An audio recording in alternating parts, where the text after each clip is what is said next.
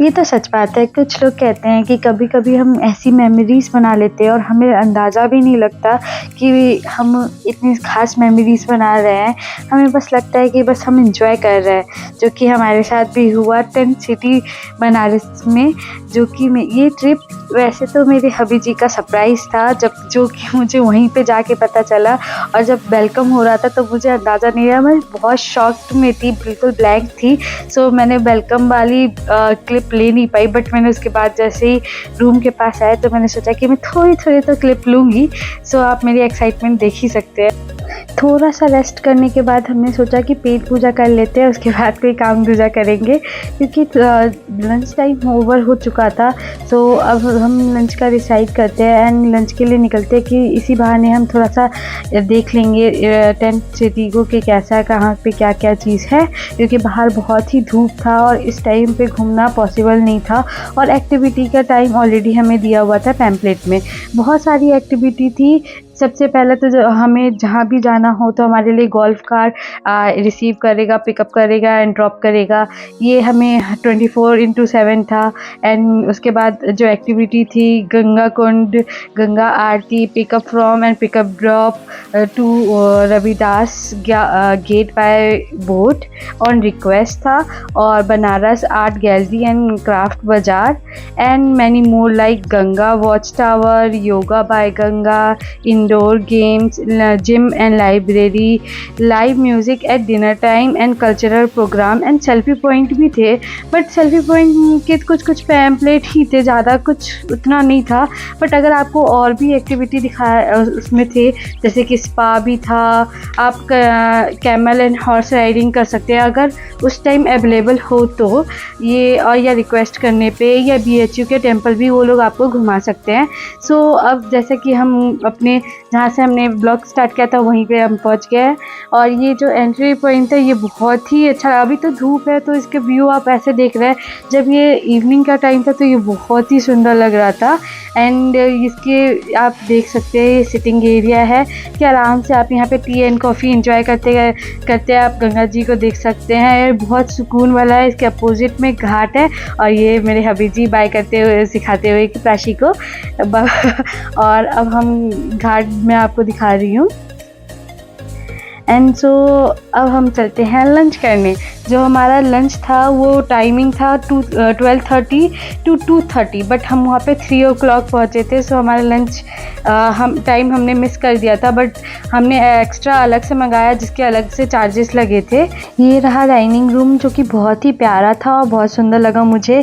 लग नहीं रहा था कि ये टेंट हाउस के अंदर डाइनिंग रूम बना है।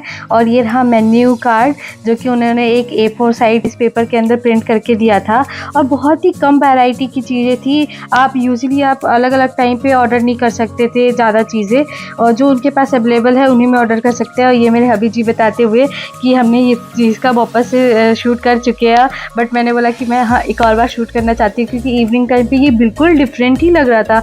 आप देख सकते हैं जब हम जा रहे थे इवनिंग टाइम पे, तो ये बहुत ही प्यारा लुक दे रहा था ये। और ये रहे मेरे हबी जी एंड मेरी बिट्टू, जो कि एंजॉय कर रहे हैं, और बिट्टू के साथ उसकी मम्मा, जो कि मेरे हबी जी ने बोला कि तुमने सारी वीडियो बनाएंगे तो लाओ मैं तुम्हारा वीडियो बना देता हूँ, इसलिए मैं उछलते उछलते वीडियो बना रही हूँ। बट ये जो व्यू था बहुत ही प्यारा था, बहुत ही प्यारा था। जब वीडियो बना भी रहे थे वो, तो मुझे बहुत हंसी आ रही थी, पता नहीं क्यों बट उनको बहुत अच्छी हंसी आ रही थी। बट उन्होंने बोला कि मैं बना रहा हूँ वीडियो तो मैं पोस्ट दे रही हूँ, बट मैंने उनके फ़ोन छीन करके फिर से बोला कि मैं आपकी वीडियो बनाऊँगी। सो मैं ये खुद बनाने के लिए उनसे बोल रही थी, बट वो जैसे देखे कि मैंने फ़ोन पकड़ लिया है तो वो शांत हो गए, वरना वो एंजॉय कर रहे थे बिट्टू के साथ। और बिट्टू को सनसेट दिखा रहे हैं, और ये रही मैं और बिट्टू। और एनिवर्सरी के स्पेशल मेरे हबी जी ने रेड कारपेट बिछवाया था हमारे लिए। और ये रहा हमारा क्रू जो हमारा वेट कर रहा है। ये स्पेसिफिक टाइम पे ही ओपन हो सकता है। सो हम वेट कर रहे हैं कि ये जब टाइम हो जाए तो हम इस पर सवार होके शॉपिंग करने जा सके। यस। क्योंकि एनिवर्सरी है तो मेरे हबी जी ने डिसाइड किया था कि मेरे को जितना मन भर हो वो शॉपिंग कराएंगे बनारस में। सो इसके अपोजिट जाके हमने घाट पे इन्होंने मेरे लिए बहुत सारी शॉपिंग कराई, जो कि मैंने उसका कोई क्लिप नहीं ले पाई क्योंकि उसमें इतनी रश थी, इतना ज़्यादा शॉप में रश था और प्राची भी उससे परेशान हो रही थी। सो कुछ क्लिप फिर से हम लेते हुए कि बेबी मैं रील डालूँगी। और ये रहा वो मोमेंट जो मुझे बहुत ही पसंद आया था जब हम क्रू का ओपन होने का वेट कर रहे थे। ये इतना सुकून सा था, इतना सुकून भरा था। सो आप इसे देख के आप अंदाज़ा नहीं लगा सकते कि आपको कितना आराम सा लगेगा, कितना सुकून भरा लगेगा।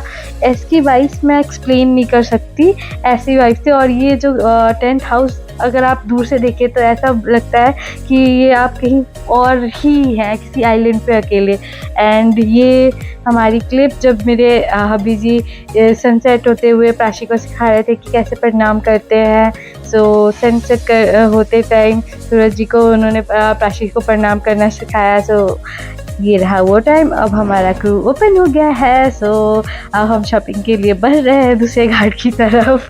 सो जब मैं शॉपिंग करने गई तो वहाँ पे हम इतने ज़्यादा बिजी हो गए और प्राची इतनी परेशान हो गई कि उसकी क्लिप हमने ले ही नहीं पाए। बट हम जब टेंट सिटी में आ गए और रात की ये 2 बज रहे हैं और तब हम अपना टी इंजॉय कर रहे हैं। और ये अगले नेक्स्ट डे की बात, जब हमारी मॉर्निंग हुई तो हमने चेकआउट कर लिया था। बट उन्होंने बोला कि अगर आपको कुछ टॉयज़ वगैरह बच्चों के लिए चाहिए तो पीछे एक शॉप है, आप उससे परचेस कर सकती हैं। तो जब हम शॉप पे गए तो प्राची को एक टॉय पसंद आ गया। बट उन्होंने बोला कि अभी थोड़ा टाइम लगेगा, जो शॉपकीपर है उसके पास की है। तो उसके लिए हमने वेट करने के लिए हम लाइब्रेरी में आ गए। और वहाँ पे जो लाइब्रेरी थी, वहाँ पे जो जितनी भी हिस्ट्री थी बनारस की, उसके सारे रिलेटेड बुक थे।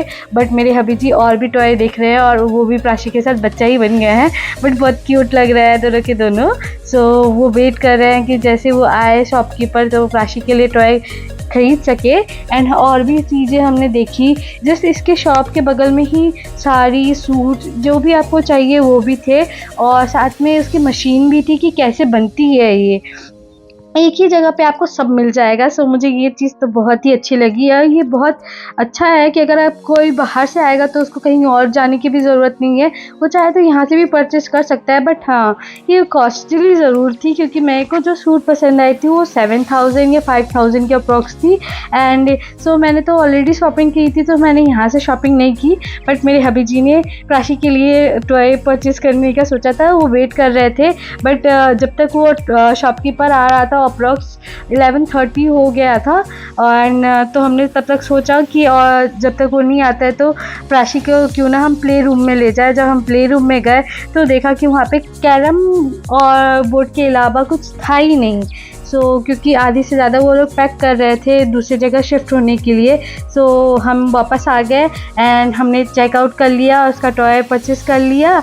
और बट प्राची को और भी बुक एंजॉय करना था तो वो अपने डाडा के साथ एंजॉय कर रही थी। और ये मेरे रहे हबी जी, जो अगर आप नहीं जानते हैं कि प्राची की जो इंस्टाग्राम आईडी है, बट ऑफकोर्स उसका जितने भी फोटोग्राफ्स है और जितने भी फ़ोटो शूट किए गए हैं उसका जो सारा क्रेडिट है वो मेरे हबी जी को जाता है। उसकी इतने क्यूट फ़ोटो खींचने के पूरा क्रेडिट मेरे हबी जी को जाता है। सो आप मेरे से अगर पूछेंगी कि मेरा टेंट सिटी का एक्सपीरियंस कैसा रहा तो मैं आपको बोलूँगी कि 10 आउट ऑफ मैं 1000 देना चाहूँगी। इतना अच्छा था और इसको मैं एक वर्ड में या कुछ लाइन में एक्सप्लेन नहीं कर सकती। ये एक्सपीरियंस आपको यहाँ पे रह के ही फील आएगा। सो मैं इसको कोई ज़्यादा एक्सप्लेनेशन नहीं देना चाहती। एंड इस प्राची का क्यूट मोमेंट और इनका क्यूट मोमेंट मेरे को प्राउड है कि मैंने कैप्चर किया, क्योंकि फर्स्ट टाइम इन्होंने हर हर महादेव प्राची को टेंट सिटी में सिखाया था, जिसको मैंने कैप्चर कर लिया। और ये बहुत ही क्यूट मोमेंट था जो कि प्राची सीख गई, एक ही अटेम्प्ट में सीख गई और बहुत क्यूट लग रही है। सो आई नो आप सब जानना चाहते होंगे कि ये 1 डे 1 नाइट कितना कॉस्ट किया टेंट सिटी का। सो ये किया था 15,000। एंड अगर आपको जो भी एक्स्ट्रा मील या एक्स्ट्रा चीज़ चाहिए उसके लिए एक्स्ट्रा चार्जेस थे। बट इसकी जो आई नो इसके थोड़े चार्जेस ज़्यादा थे, बट आपको जो एक्सपीरियंस मिलेगा उसके सामने ये कुछ भी नहीं है।